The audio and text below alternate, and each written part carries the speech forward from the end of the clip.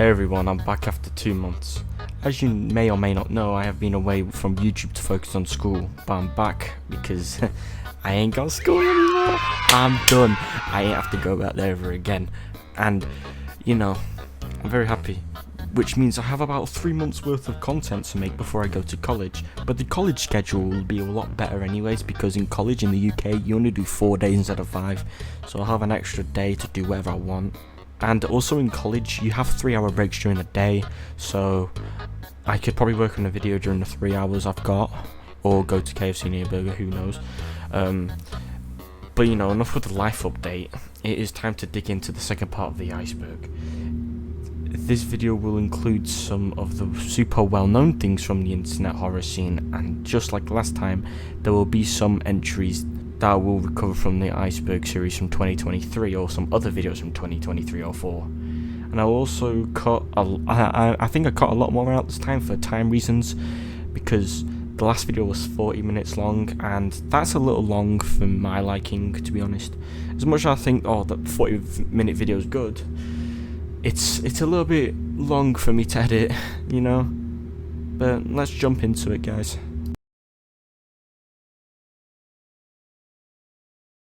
Shaye St. John was a YouTube series created by Eric Fournier on the now terminated channel Elastic Spastic Plastic Fantastic. That is a mouthful, but I like it. Which was created in 2006. You might know this channel from the video The Hand Thing, where Shaye and another character named Jeron starts to do the hand thing while they say ahoy repeatedly. Shaye? Are you still doing that hand thing? I heard you're doing the hand thing today. God, what is that?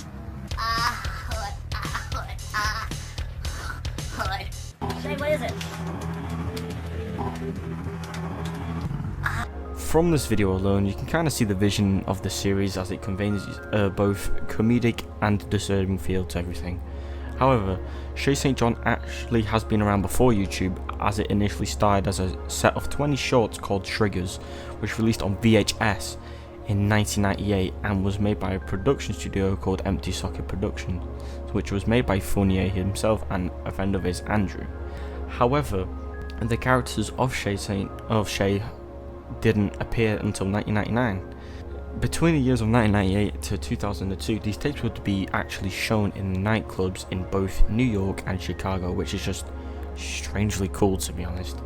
In 2003, the venture into the online world started for Shaye when a blog on LiveJournal was started for her.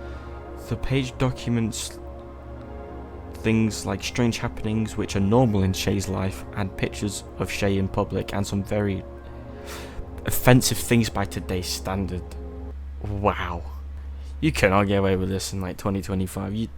Yeah, beyond cancelled nowadays, but it's the 2000s, you get away with that. A few years later, in 2006, however, the YouTube channel for Shaye was created and only had videos uploaded in 2006 and 7, and then the account just went quiet for a few years until 2017, when the channel was actually terminated. Luckily, the videos have been archived by other channels, and the original production company has its own channel now that was made by Andrew a few years ago. The series isn't just a blend of horror and comedy, it has some deep lore about Shaye that is actually pretty upsetting. Shaye's backstory states that she was once a model who got into a freak accident, and as a result of this, she faced disfiguration and amputation. Because of the accident, she decided to replace her limbs with mannequin parts to make herself feel beautiful again, which explains why she has a mannequin face and stuff. On top of this, Shaye claims she was experimented on by the CIA, which now contributes to her mental state and her delusions, as she believes she's living glamorously, but in reality she lives in squalor and misery as she lives in these poor conditions.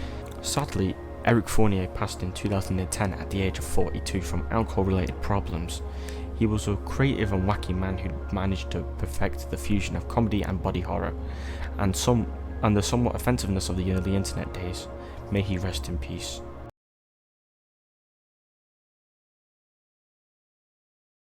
Thisman.org is a website created in 2008 that holds content on a strange international phenomenon about a man appearing in people's dreams.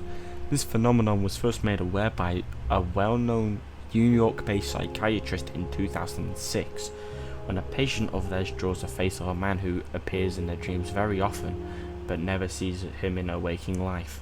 The man would usually give her advice on her private and social life. The therapist then leaves the drawing for a few days on their desk, and then another patient notices this drawing and also says that they've seen this man in their dreams, and also doesn't see them in their waking life. Because of this, the psychiatrist sends the photo around to some college colleagues who has patients with reoccurring dreams. Out of all these patients, 4 of them state that they have seen this man in the photo, and they refer to the man as this man. The website states that as of 2006, there has been 8,000 sightings of this man internationally. The goal of the site itself is to give greater insight on this man phenomenon and to add to the sightings of him. The website isn't the only way of spreading the message.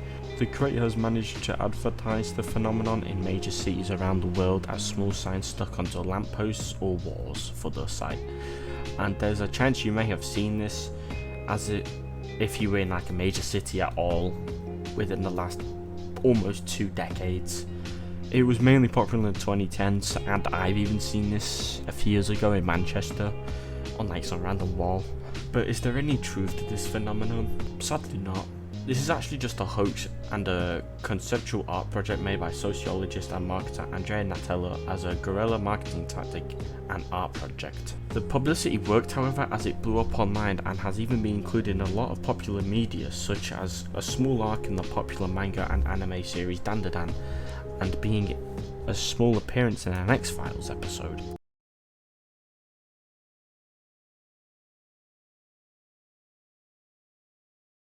Sleep was a YouTube-based ARG consisting of 11 people from 8 different countries that started in 2014, and a topic that I actually talked about back in 2023.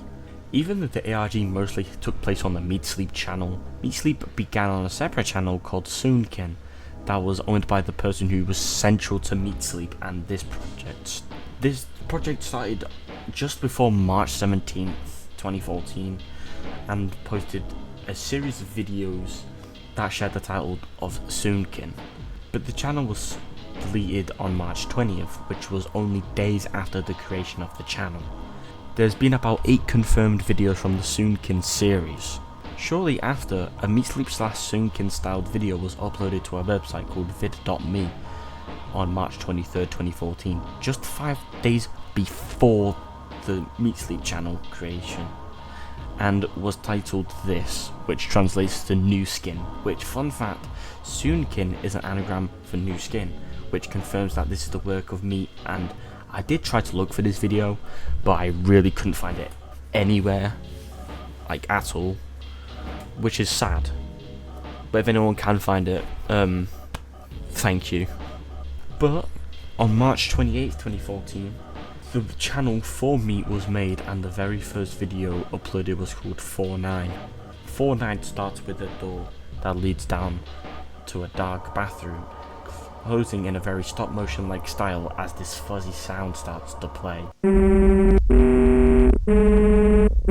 It then cuts to the bathroom itself for a brief moment as muffled talking starts to play, which reminded me of the like number stations, you know.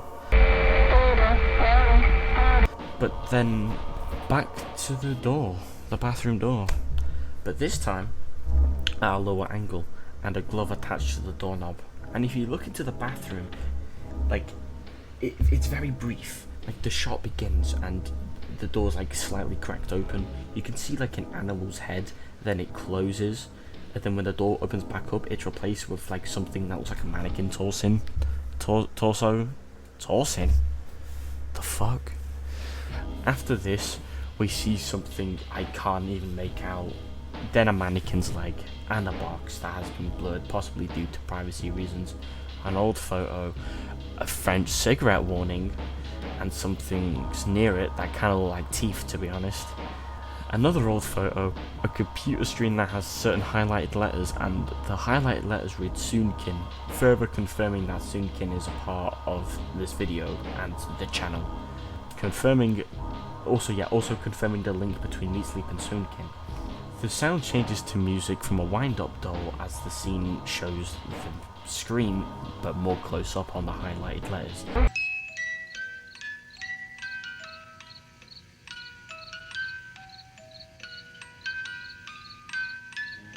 And then a very cleverly placed jump scare featuring an eye shows up. That even got me, and I don't really fuck with jump scares because I think they're cheap, but that honestly worked for me because I didn't expect it.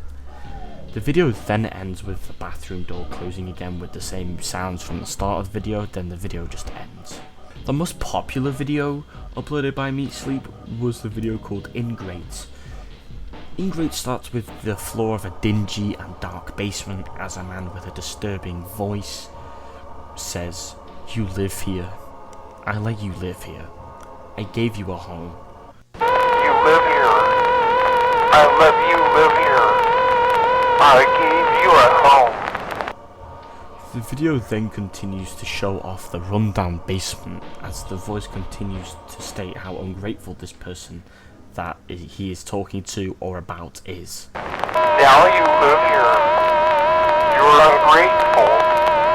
You live here. I took you and I keep you warm. I feed you. At the end of the video, we see an animal at the top of a door, which is the door that leads out of and into the basement. In another video called I have no fucking idea what that's called. Anyways, in this video we see fingers under a door trying to escape, and there is just loose teeth on the floor as well. All these things in the videos that I've talked about show off the clear themes of abuse and kidnap. Another theme we haven't touched on is stalking.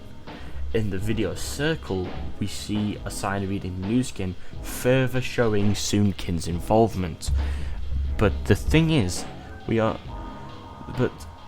looking for that. But the thing we are looking for is this section, where the recorder is in a parking lot recording this woman, who might be a target of his.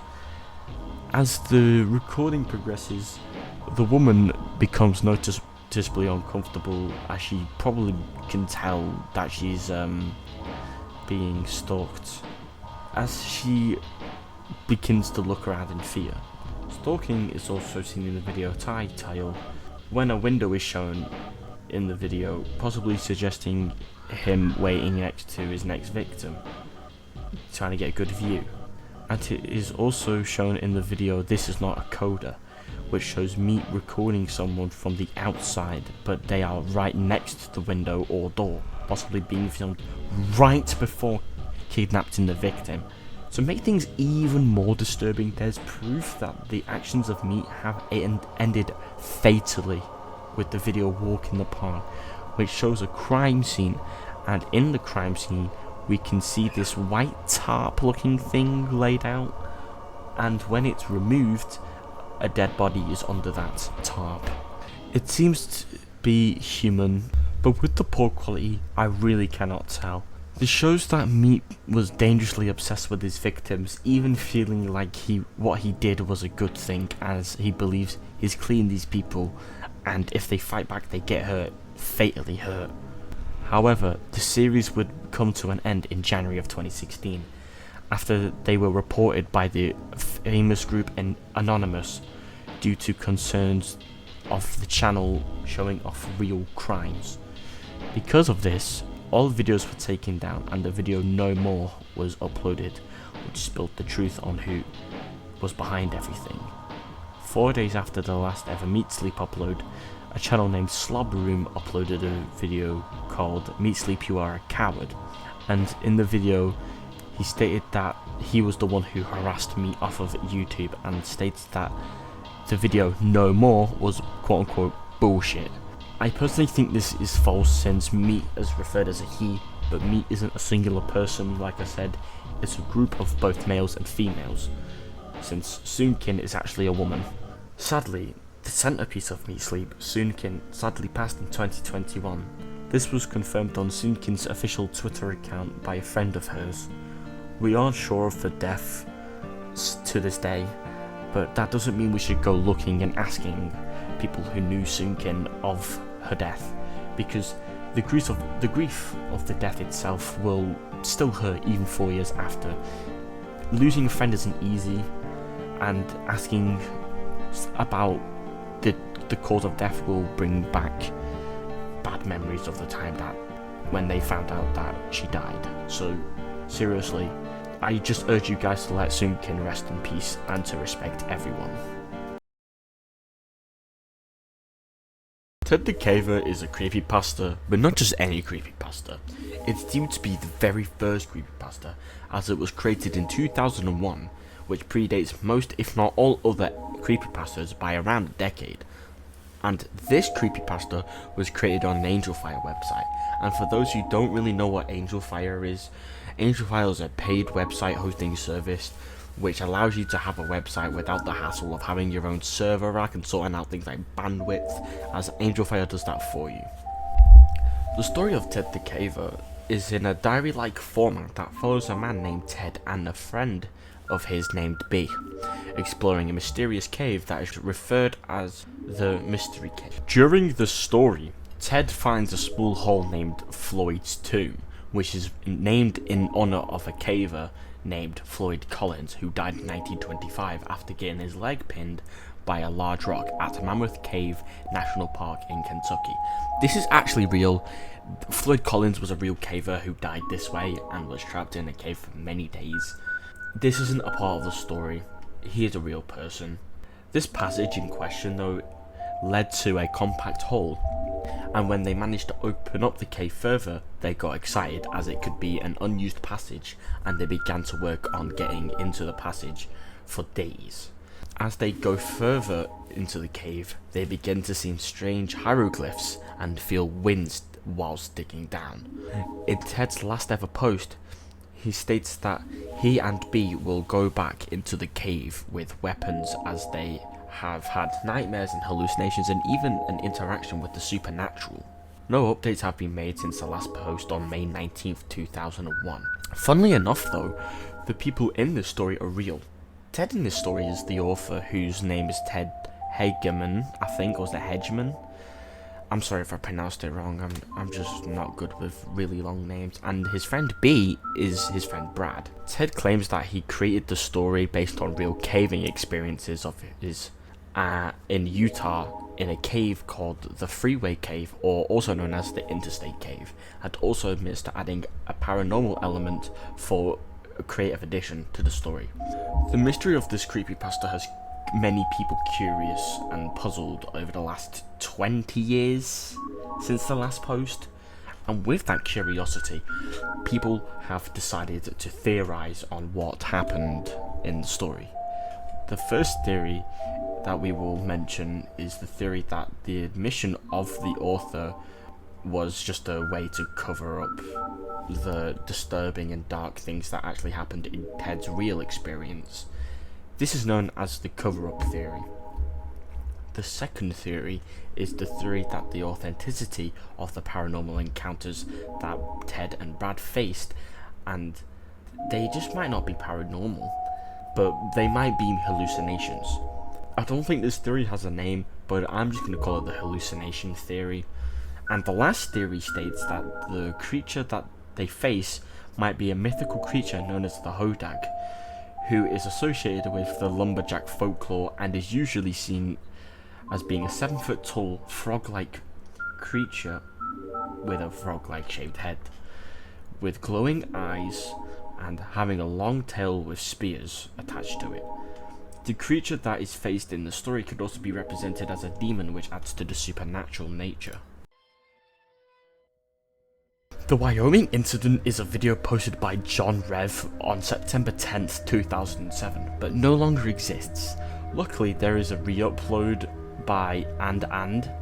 Seriously, that's the name, and I didn't make a typo in the script. The video itself, however, is an alleged hijacking, but we don't have an idea of when it happened, and for those who are unaware of what a hijack is, a hijack, or a broadcast signal intrusion within this context, is to take over the broadcast signal of either the radio, TV stations, cable TV broadcast feeds and also satellite feeds illegally. We will talk about other hijacks in later videos down the line, like, I'm not gonna spoil them, but we will cover some more. The video begins with a normal news report from ABC News discussing the 2008 election, but the signal starts to become disrupted as static takes over the broadcast. We are then met with a screen that reads, "We present a special presentation," in complete silence for a moment. Then a low yet disturbing track begins to play as the image in front of us changes to a black background with white text that reads, "You will see such pretty things." And then we see a close-up of a completely white head that is made from computer graphics.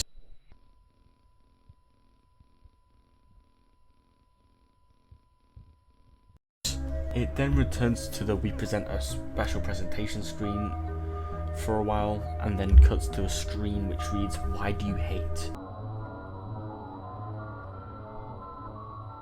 And a spam of computer graphics heads filled the screen with a different musical track for a few seconds. Then it changes to another screen reading, "You are ill."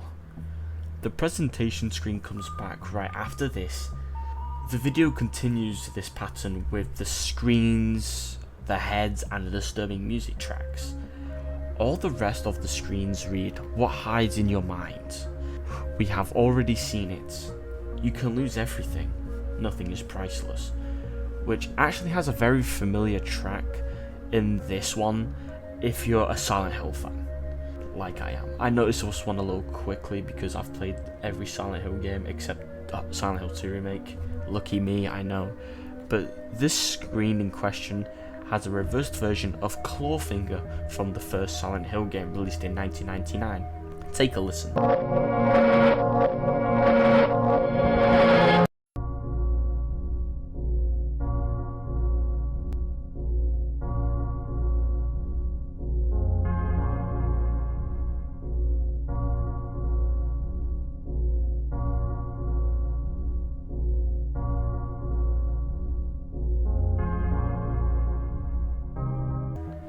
The rest of the screens read, "You cannot hide forever.